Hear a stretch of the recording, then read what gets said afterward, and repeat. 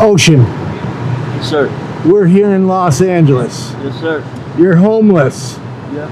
You're making a sign. Yep. You want a steak burrito. Yes, sir. What made you decide or on steak burrito for a sign? Well, I've been homeless for quite a while, and I've found that I tend to get what I need as far as like food or whatever if I'm just straight to the point and I make a sign that says exactly what I want from the restaurant I'm sitting out in front of. Yeah. And instead of asking for money, people are more apt to buy me something to eat a lot quicker than actually giving me some money. And I'm out here just trying to get something to eat. You know what I mean? How long you been homeless? Off and on for since I was 16. How old are you now? 32. That's a long time. Yeah. What happened?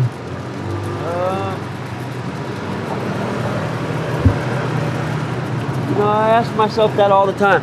Yeah. If you want to be straight to the point and blunt, addiction. Yeah. If you break that down as to like why the addiction was there from such a young age when I had everything handed to me, like I was loved. My dad took me out of the addiction part of my life, which was on my mom's side, and sheltered me and took care of me and tried to give me the best. And I still gravitated towards this lifestyle, and I don't know why. I don't know if it's childhood trauma or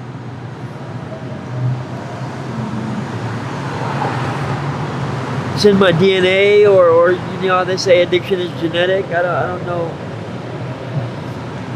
but for the most part, that's just the most straightforward answer that I haven't been able to beat. Well, thank you for your candor. And so you had one parent that was in addiction. Yes. When you were growing up. Yeah. And that shapes a young man. Yeah. And then once you get out here, you have other trauma and you want to escape the pain, and at some point drugs take over, and it's not like flipping a switch. I'm going to assume you've been in rehab a bunch of times. Yeah, I used to work in treatment. I was a behavioral health tech, going to school to become a counselor to get my KDAC, and I relapsed and didn't get to finish that. And so like I do know a lot about recovery, and I do know a lot about addiction, and I know a lot about myself, and I still can't. Right. You know what I mean? Like I totally know what you mean. I was out here for many years, and by the grace of God, I have 30 years sober. Congratulations. But it was because there was people that helped me along the way, and there was housing, because once you go into rehab, as you know, and you go back out on the streets, yeah, you know what I mean? That's the missing piece, right? Yeah. We need more treatment, but without housing, people are just going to still be homeless, cycling through. Yeah, it's like I got the rehab. I've done all of the CBT classes and the anger management classes and the meetings, and I've read that big book 1,000 times, and like I know it fucking word for word. Right. You know what I mean? Like I don't need that all over again. You know what I mean? I need the aftercare, the long term, the transitional. Right. You know when rehab's over. When rehab's over, I need something else after. Like. Right. And yes, there's programs that have the sober livings, but like it's a few more months, and it's like I don't. And it's nearly impossible to get a job now, because you need a couple of months to heal. Once you get sober, rebuild your life, get your mind right. Yeah. Figure out what you want to do or what you can do. Like it's been, you know, how long it's been since I've worked or like done an interview. Like yeah, well, even that, you know, to maintain a job, You got to be able to shower, sleep. Where'd you sleep last night? Behind a green power box over off of Main. You don't give an actual detail. Don't want to. Okay. Yeah. But you're outside behind a power box. Behind a power box in an overnight parking lot. Oh my gosh. Under my blanket, which has, for the most part, like kept me comfortable because I could like get under the blanket and then everything else outside is non-existent. And you said your blanket was stolen. Yeah, just earlier. Yeah. That's the other part about out here is like people like I know back in the day. Well, I don't know. I'm not old enough to say back in the day, but 7-10 years ago, being on the streets and the homeless community like looked out for one another. There wasn't this stealing amongst the homeless. You know what I mean? And like, well, people are in survival mode. You know, they forget. Well, you know, gosh, rich white men, you know, look at Enron, Bernie Madoff, the Trump family, right? They're stealing from people all the time. So it's not a homeless thing. Yeah. Well, I'm just talking about like no, I get you. The homeless community, they like we're homeless. We know what we're going through out here. You know what I mean? And like to steal somebody's it's like sad. blanket, like it's literally sad. All I had. Like it's sad. But like I mean, I'll get by. You know what I mean? And like right afterwards, I was blessed and I found this really thick flannel jacket, and I was like, oh, that'll kind of make up for the blanket. You know what I mean? So like, well, I'll hook you up and get a new blanket or whatever. That'd be great. So how do you survive out here? Panhandling, obviously. Trying to stay out of trouble. Really, like a lot of people's way of survival nowadays is boosting or stealing from stores or things of that nature. And like I don't like going to jail. You know what I mean?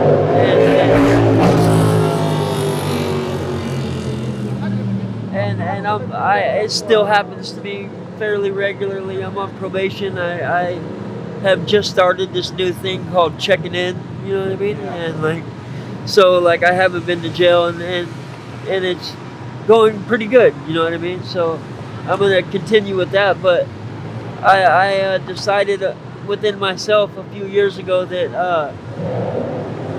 I get further asking for what I need. It may take some time or having to ask quite a few people and putting my pride to the side, but I've learned that for me it works out better if I ask rather than just to take. You know what I mean? And, well,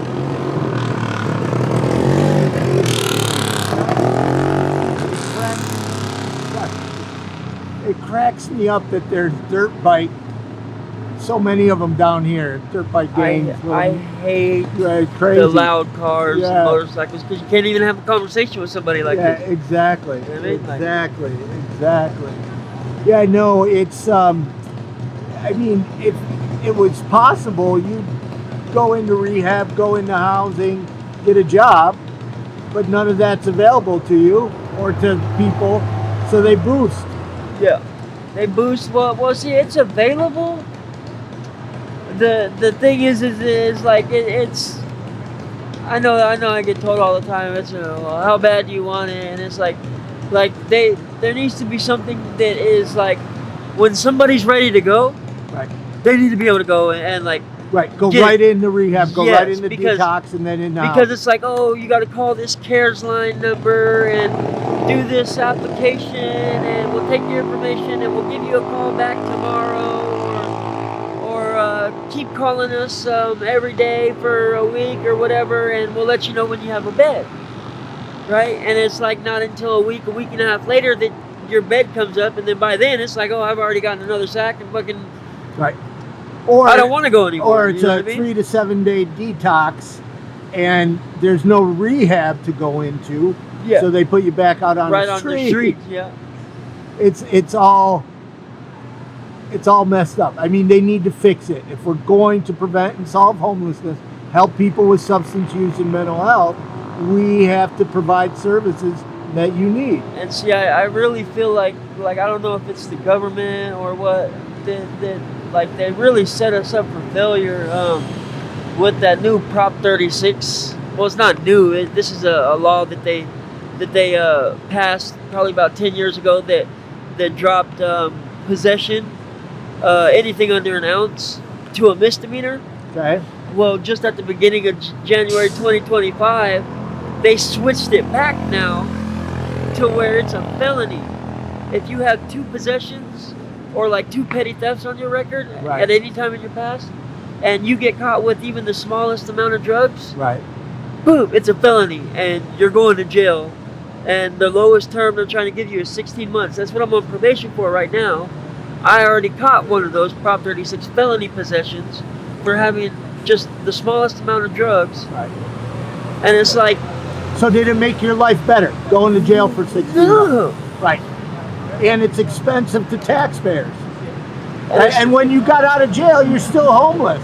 Yeah, and it's like, well, it's like they almost condoned this drug use by dropping it to a misdemeanor like that, and like they're just giving people slaps on the wrist, and like all these people got high and they're like, oh, I can do this and not get in trouble, Right. and then boom, it's like all of a sudden, no, like let's fucking Go ruin the your other life. direction. Let's ruin your life for the next 5 to 7 years. You know what I mean? Like, Well, that's the thing is they want to criminalize addiction and criminalize homelessness and poverty. But here, when you got out of jail, you're still homeless, and now you have a felony, so it makes it harder for you to get work. Nearly impossible for you to get a job. yeah. That background check, anything that has to do, like, if it's not in the back somewhere stalking, or maybe like even a warehouse type job, like if I try to go and do like a cashier or Yeah, any kind of job. anything Yeah. that has to do with money or anything, which is fine with me because I'm a cook. I love to cook. I love making food and making good food, and so I don't mind being in the back. I don't mind getting my hands dirty, Right. and that's never bothered me. But like, there have been times where I'm like, hey, I want to see what it's like to be a cashier. I think I'd be a great cashier. You know what I mean? Well, Like, you want purpose. You want a reason to get up in the morning. A reason to, pay your own bills. oh man, I want one of those over there. I want a kid. You want a what? I want a kid. You want a kid. Yes. You want to be a dad. Yeah. I lost my first son at 8 months and 1 week into the pregnancy on July 23rd of 2018. Okay. And that day was one of the worst days of my life. You know what I mean? And but everything happens for a reason. I understood that when it happened, and I wasn't ready. You know what I mean? I was still in my addiction and on the verge of becoming homeless again, even though I did have a place at that period of time. Well, when I was on the streets and when I was living in homeless shelters, I would look at people, with their cars and their girlfriends, and say, "Gosh, I want my life back."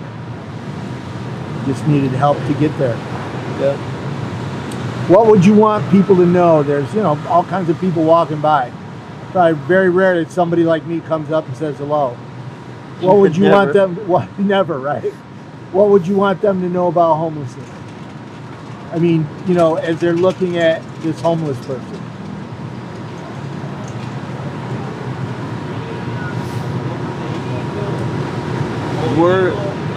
I am still a person. Like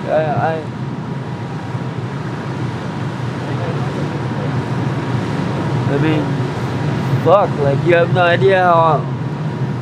Like, how many times I sit here and try to ask somebody for I'm just trying to ask for the time, and I don't exist. You know what I mean? And it's like, but I get it. There's so much of us, and so many of us, like, and a lot of us are not respectful and kind of just bombard people, and like, but Most homeless people are just good people just trying to survive. yeah, I that's could tell you're a good person just trying to survive. just trying to get What's your by. future like? What's my future like?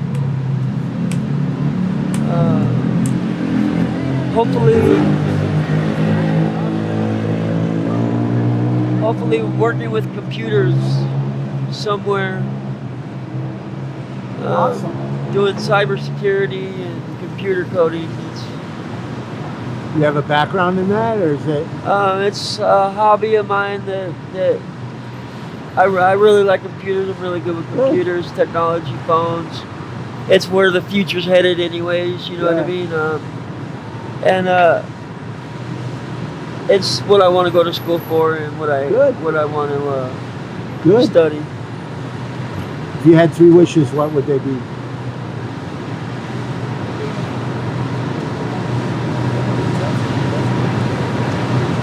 I don't know, just to have a family, to be able to right the wrongs of my past, my recent past, relationships, and to have a kid that grows up to be successful. Yeah. Great wishes. Well, thank you very much for talking to me. Thank you. You have a good day.